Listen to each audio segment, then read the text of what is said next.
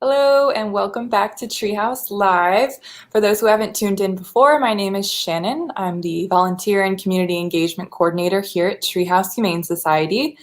And we are super excited to be talking to you guys today specifically about our colony caretaking role. We're going to dive into who our colony caretakers are, how they serve our Community Cats program, what their responsibilities and rewards are of that role, and we'll be taking your questions live. So feel free to send them as they come. Let's just dive right in. I'm going to add in Olivia. Hey, Olivia. Hi guys, my name is Olivia. I'm the Community Cats Field Specialist at Treehouse Humane Society. I actually just started working here about 6 months ago. I came from a different shelter in the area. But I was really excited to kind of work specifically with cats, as I have 3 cats myself, and kind of help with the overpopulation of them in the Chicagoland area. Awesome. Before we dive in, Olivia, where are you joining us from today? I am joining you from the Cat Cafe. Maybe I can grab a cat for you guys. We got some cats roaming around the room. We've got Arvito, I think his name is. Yeah, that's a funny one. It's Arvizu. Arvizu. He's a very friendly boy. He's super, super nice. He greeted me as soon as I came in with his little kitty chirps. So he'll be listening in on our conversation today. Yes, Arvizu.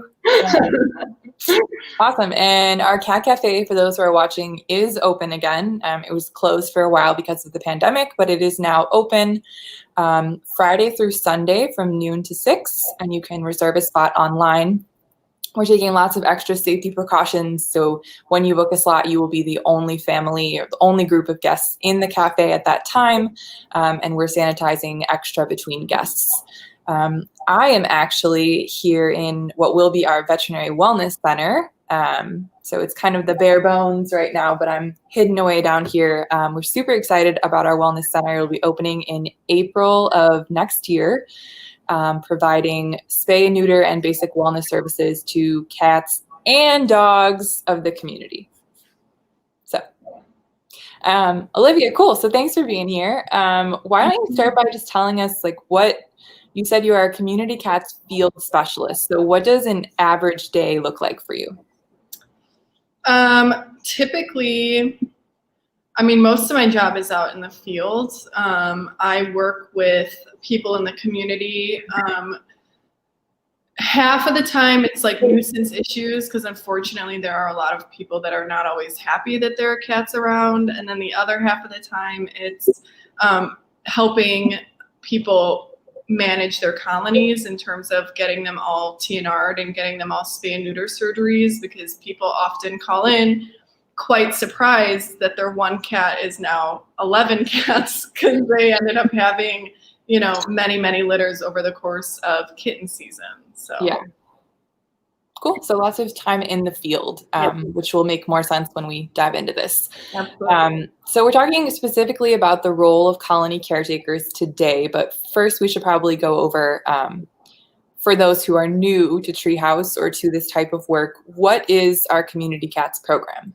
So there is 3 of us in the Community Cats program, and we essentially work with the community, managing issues, whether it's those nuisance issues I mentioned before, or, again, an overpopulation of cats, or a dangerous situation when it comes to cats.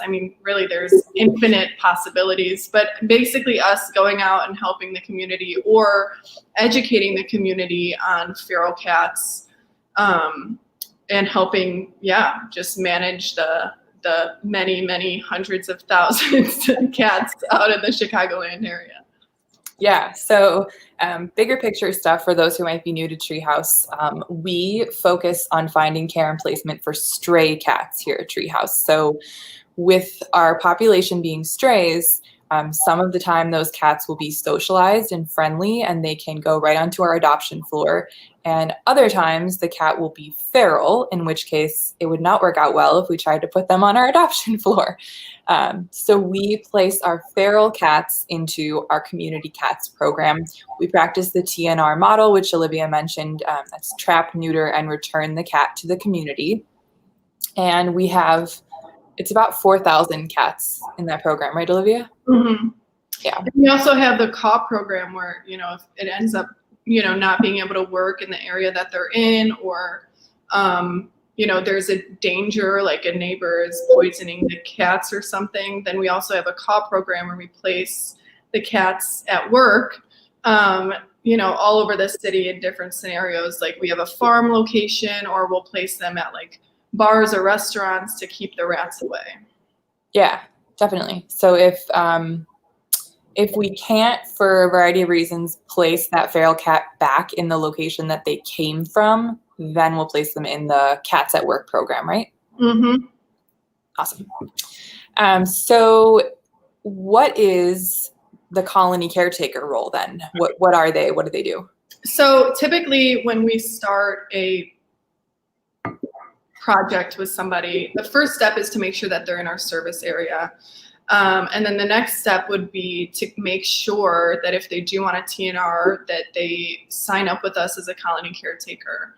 And being a colony caretaker just kind of opens you up to our services, first of all, and us being able to help you with your issue that you're experiencing with the feral cats, as well as kind of make sure that when I go and release the cats back to that area, we have somebody that is saying like, yes, I will feed and take care of these cats, so that we're not just releasing them back out to an area where nobody's going to be taking care of them.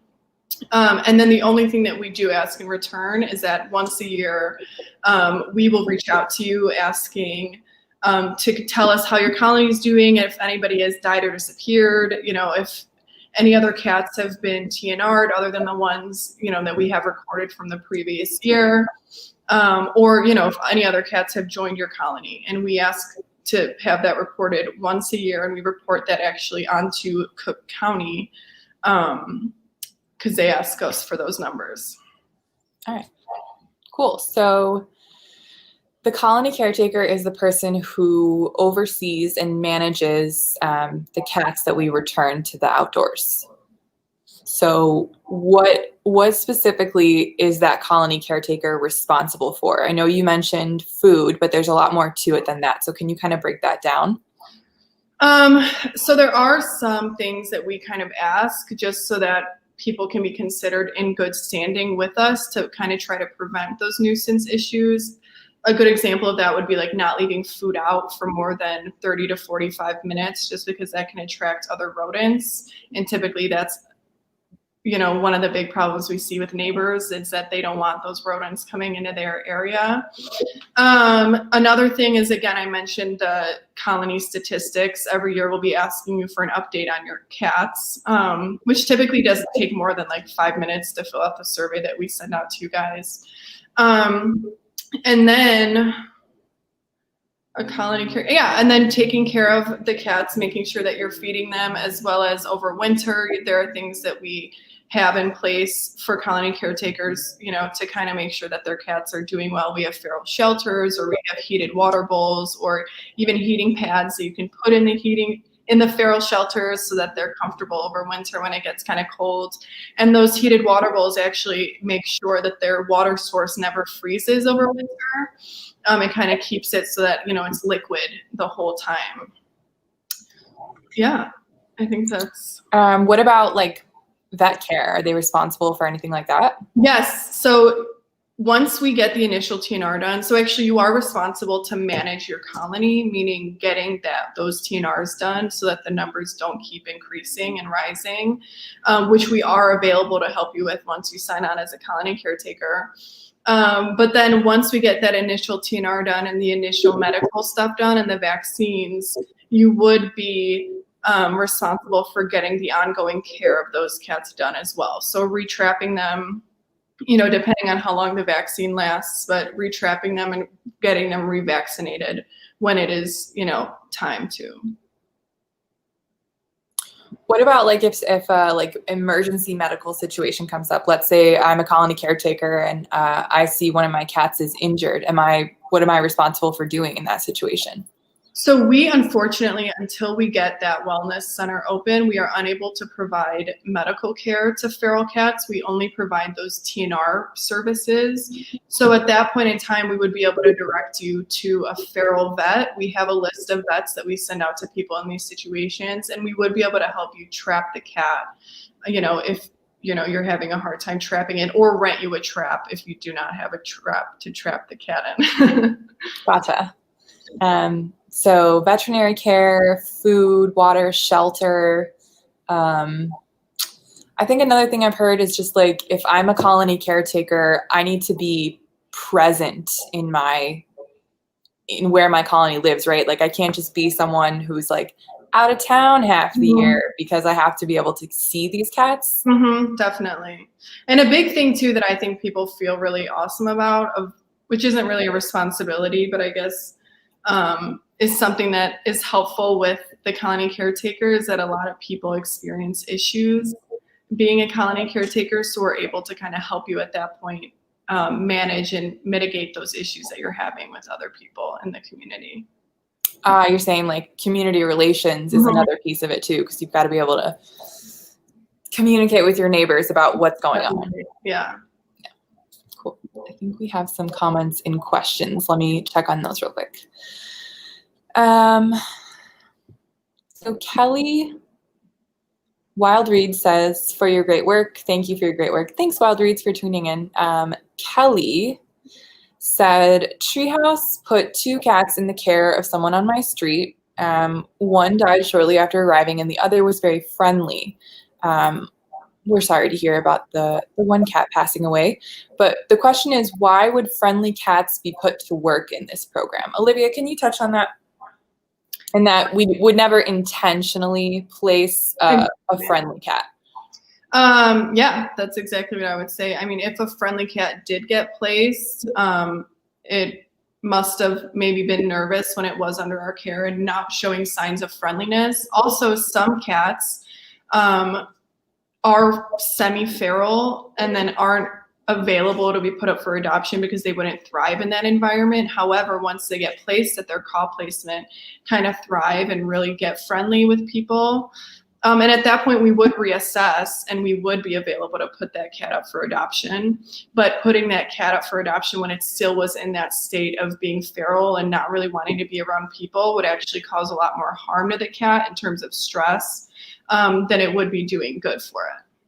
Yeah, that's a great explanation. I think one good example that I can think of is we were just talking with our partners over at Kaiser Tiger, the bar and restaurant. And for anyone who's been there or is familiar with them, they have one of our working cats, Bacon. And the person I was speaking with about Bacon had mentioned that, in the beginning, Bacon was never around. He was displaying as very feral. You couldn't interact with him. He was always hiding, doing his work, keeping the rats away. And then over time, he has kind of acclimated in a sense, in that he's a little bit more friendly. He will greet people when they go there. That still doesn't mean that he would thrive being in a home. So would you say it's kind of more of a spectrum? Yeah, definitely. I mean, it really is on a situation basis. And sometimes what we see with adult cats is that they are showing signs of friendliness outside, and then we bring them inside and then they actually deteriorate in a lot of ways and show a lot of behavioral problems just because they are used to living outside where there's like so much stimulation and they're kind of free to roam and do what they want, and bringing them inside has some adverse reactions in some situations that, we weren't expecting because they are showing signs of friendliness. Yeah. So it's definitely a case-by-case basis. Kelly, thank you for your question. And if that cat is still around, we'd be happy to speak with you or get connected with that colony caretaker to reassess and help in that situation. Angela said, hi, do you have to be a Cook County resident to be a colony caretaker with Treehouse? Is that a yes, Olivia? Yes. Okay. If yes, and the area we live in doesn't have a program like this, what are other options? To be a colony caretaker? Yeah. So like if someone calls and they say they're interested in in helping in this way, but they actually don't live in Cook County, what do we refer them to?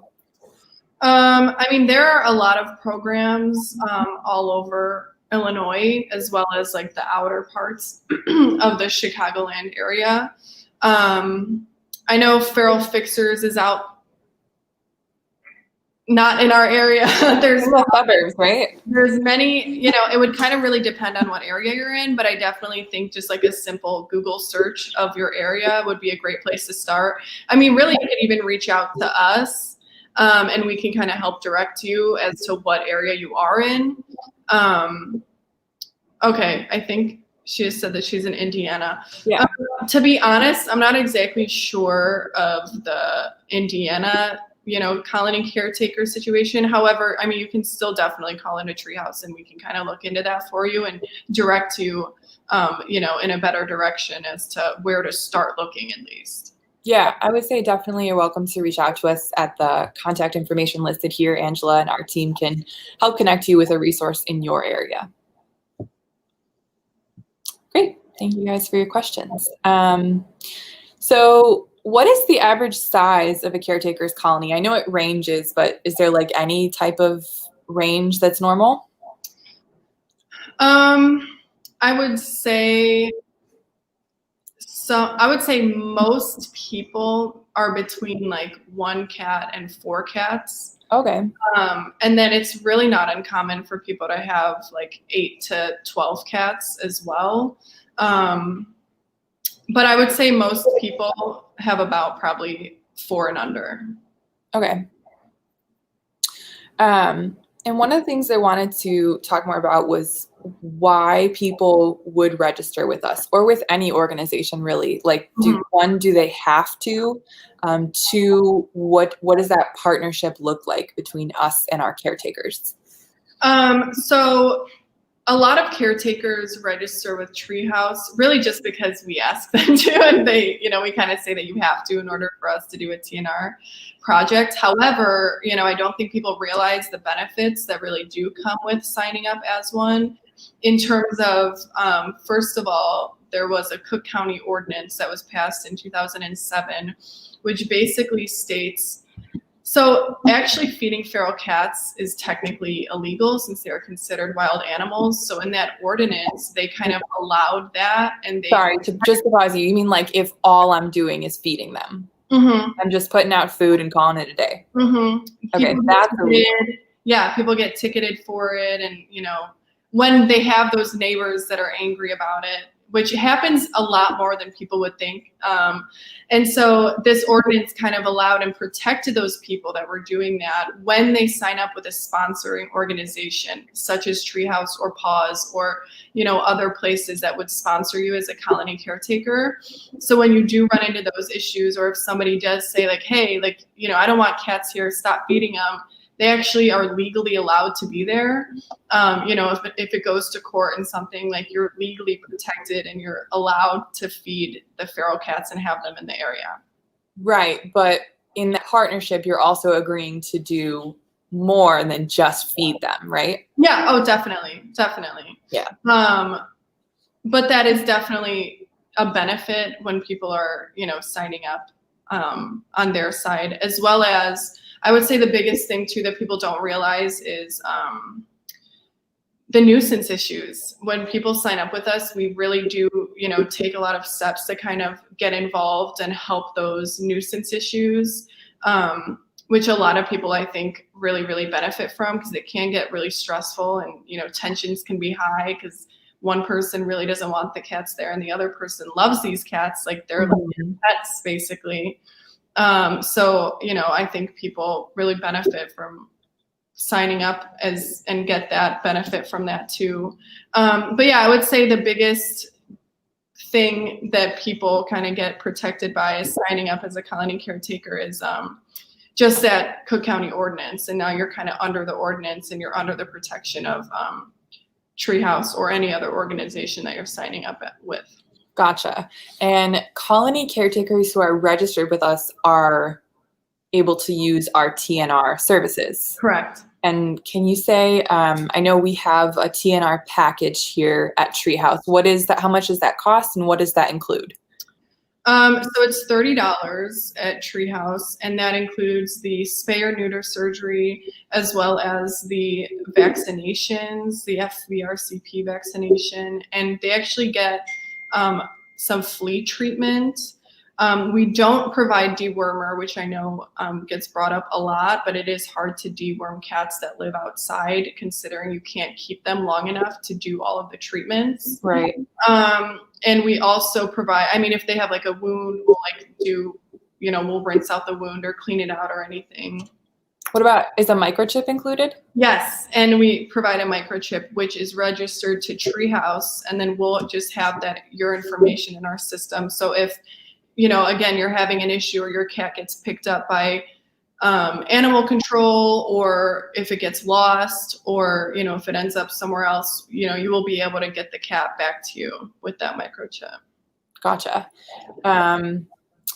You were talking about nuisance issues. So I know every situation can be different, and but it sounds like this is something that you guys work with a lot. So I'm curious if you could kind of tell like an instance of how you're able to resolve something like that. So I think the nuisance you're talking about is if I'm a colony caretaker and I have, 3 cats in my colony that live in the neighborhood and my neighbor is irritated by their presence. Can you say like, how do you get involved? How do you address that? Definitely. So the biggest issue typically is when cats go and either hang out on like their neighbors' furniture outside, their outside furniture, or goes and uses the restroom like in their garden or something, which happens quite a lot. And basically we have some kind of things in place to kind of try to stop the cats from going over there, making that area as, unappealing to them as possible.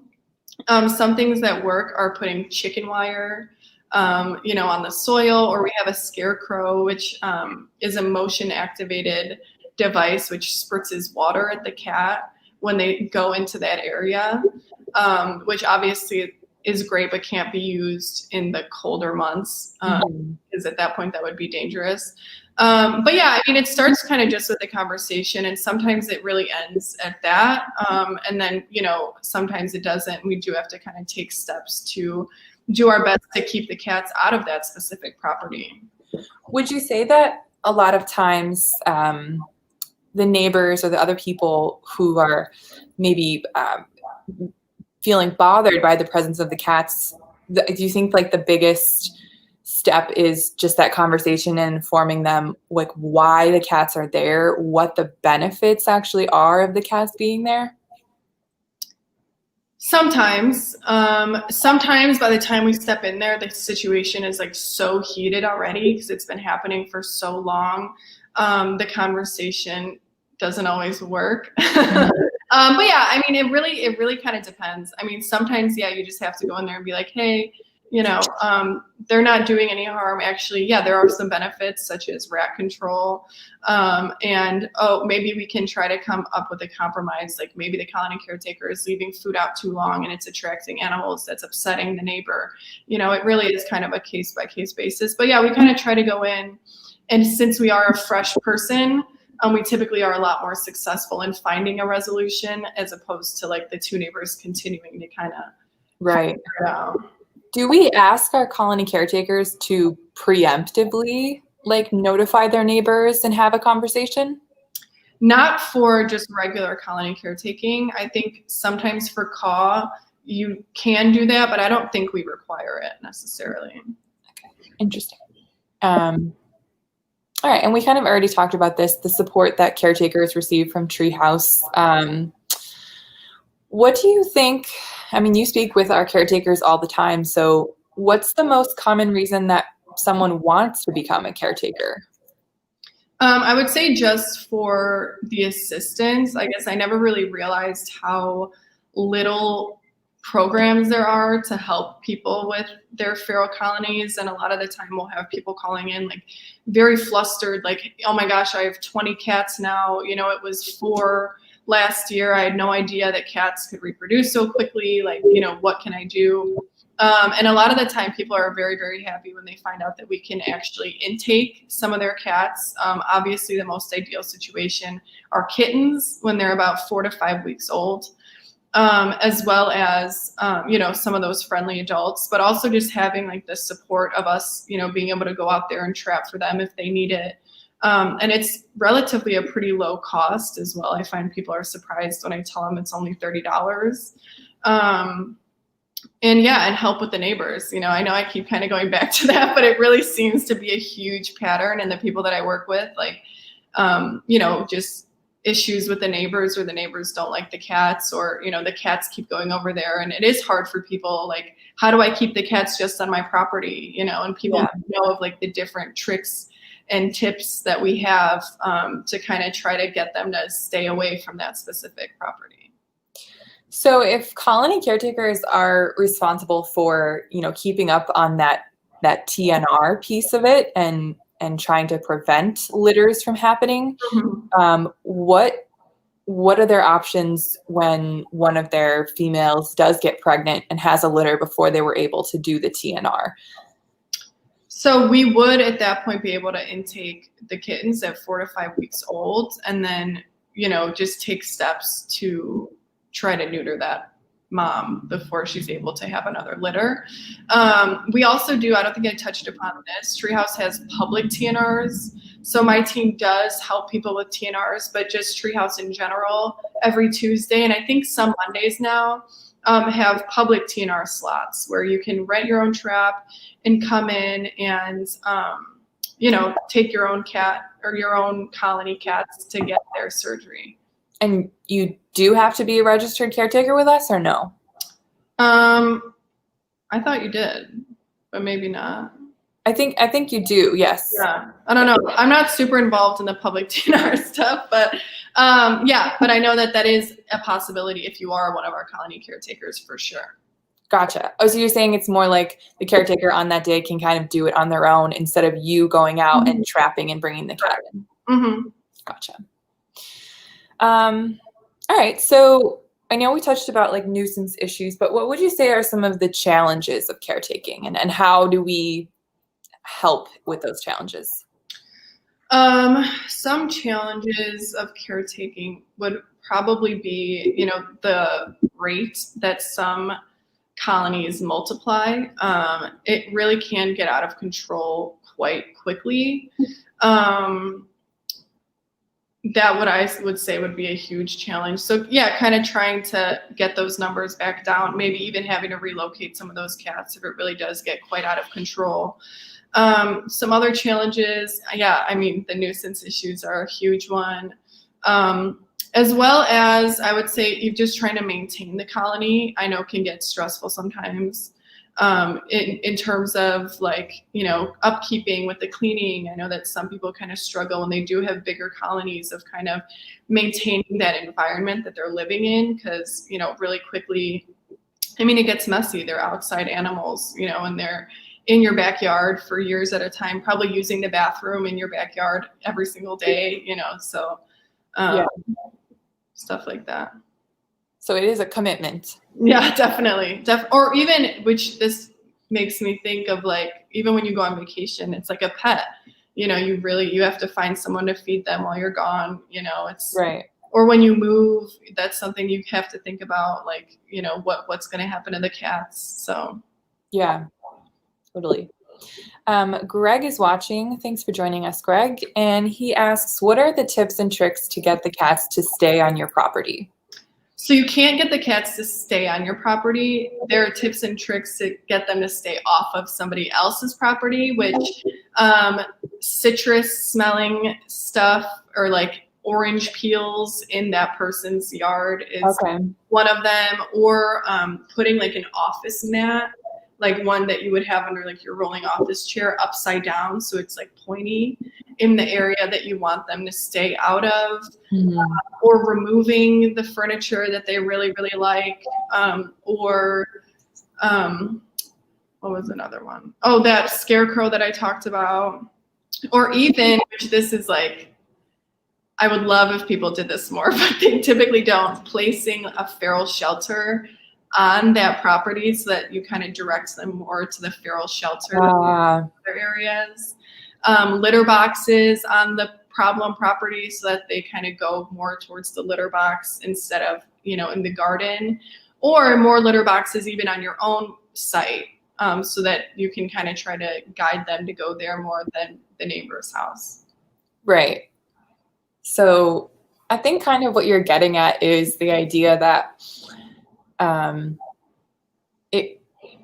it seems like it really, yes, the colony caretaker is there and is responsible for managing this group of cats, but we call it our community cats program, and it seems like it really does take involvement from your community to have this be a successful placement. Definitely. And I actually so feel your question, because I have a lot of people sometimes so flustered, I just wish I could keep them, in my backyard, and I can't, because sometimes there are a lot of issues that come up, and unfortunately it can sometimes get difficult, but there's steps that can be taken to kind of try to find a solution for everybody. Yeah, definitely. Thanks for your question, Greg. Cool. So just a couple more questions, specifically for people who are watching who might be interested in becoming a colony caretaker. Are there any steps you have to take or things you have to do or have to qualify to be a caretaker? I know we already talked about you have to be in Cook County. Is there anything else? To qualify to become a caretaker, we do take down an application, just with some basic information. However, I've never denied a colony caretaker application. I think as long as, there is a certain point where if you're not following the things that we ask of you as a colony caretaker, such as if there are nuisance issues and the person is continuing to just ignore it and for example, leave food out all day and nights, and there's raccoons and skunks coming and the neighbors are really upset. At that point, we can revoke somebody's sponsorship. But really that happens quite rarely as well. As long as you're doing, the basic minimum stuff that we ask of you, it's pretty easy to. Yeah, it's a pretty inclusive program. Definitely. Great. So anyone who's watching, we'll definitely take any more questions if you'd like to send them in now. But if you've been watching and you are interested in getting started as a caretaker or just learning more about the program, what can people do, Olivia? You can go ahead and call the front desk, I would say would be the first step, and they will kind of direct you towards an email, and you can actually email that email right there with the fact that you want to become one of our colony caretakers, and they'll probably start with asking you what area you live in, and then the next step would kind of be just them sending you the caretaker application, and you would just send it back and it would get forwarded up to me. Yeah. At that point it would get processed, and we would send you kind of a letter of proof that you are one of our colony caretakers, as well as an email with what that includes. Yes, and you can find all of this information on our website, treehouseanimals.org. The application is linked on there, talks a little bit more about the program as a whole, and has this contact information as well. Awesome. Well, it doesn't look like we have any more questions for now, but if you're watching this after the fact, feel free to comment with your questions and we'll follow up with you. Olivia, thanks so much for joining us to just about Comcats. And we do want to say while we're here, thank you so much to all of our colony caretakers. That's over 1,000 volunteers that give their time and energy to this work. And it's a huge effort and commitment on their part. And we're super grateful for their partnership. Before we go, Craig asked, well, he says, thank you. Thank you, Greg. What's a good feral cat shelter? People build many different shelters. We do sell them, actually. We do sell feral cat shelters here. I think they're, I don't know the exact price. I would say like $5 or something. And a lot of people do build their own. Like, actually, I was just at a site today And this woman built just like this tiny little box out of bricks with like a little opening, and she put hay in there. I mean, people come up with a lot of different ideas. It doesn't need to be anything fancy or crazy. Just like a little place where they can go. Hay is a great way to kind of insulate them and kind of hang out when it gets cooler. Yeah, people get pretty crafty with them. We do sell them, like Olivia said, and ours are, I feel like, a pretty basic feral shelter that you see everywhere, which is like a big bin with a hole cut out for the cat to go in. And then, like Olivia said, we put it's hay, right? Not straw. Is it hay? I think so. Yeah, I don't know what the difference is. We'll put hay in there and like a heating pad in the winter and stuff. Yeah, those are also available. You can drop by our lobby and purchase them here during our regular business hours. Definitely. And with any questions, I know I wasn't exactly sure on the price, but the front desk and that email, again, will have those answers for you guys. Yeah. Awesome. All right. Well, thank you everyone for joining us. We'll be back with some more program conversations soon. Stay safe, take care, and have a good day.